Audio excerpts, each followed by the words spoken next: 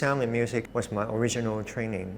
So although these days I'm making videos and drawings and objects, so the music is also, it's still one of the lenses through which I process the world.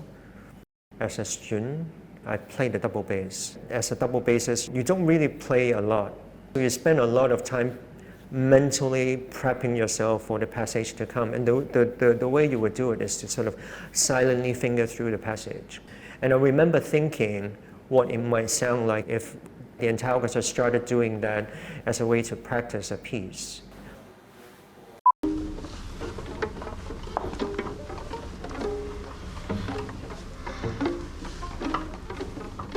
The Muted Situation, the whole series started with a pretty simple prompt.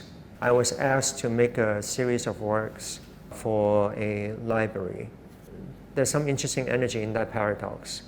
In that a library, you think of it as a quiet place, but it's not a place without sound.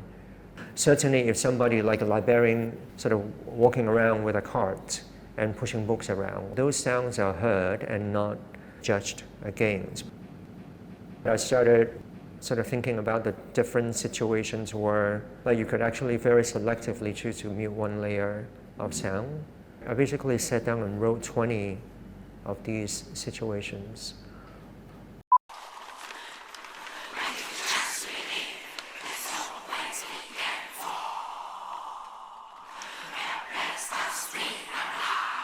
When I needed to make another one for the Sydney Biennial, I knew that I wanted to make that one the last one. So I thought about this idea again, and I know the orchestra is just going to work, like sonically. You need something that is almost too ridiculously romantic with big sweeping orchestral gestures, like one layer of sound colliding over another, the entire string section speaking against the wind section.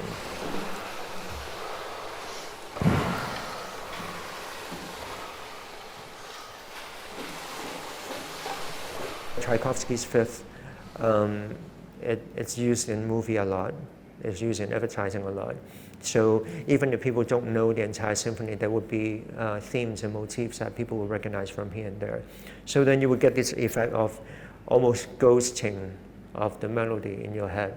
If you have a remote control and you can mute specifically one layer of sound and then have the other layers of sound remain, that's what Muted Situation is. Underneath that pitch layer, there's rhythm, there's bodily movement. You know there are all these things that exist, but they are just not being heard.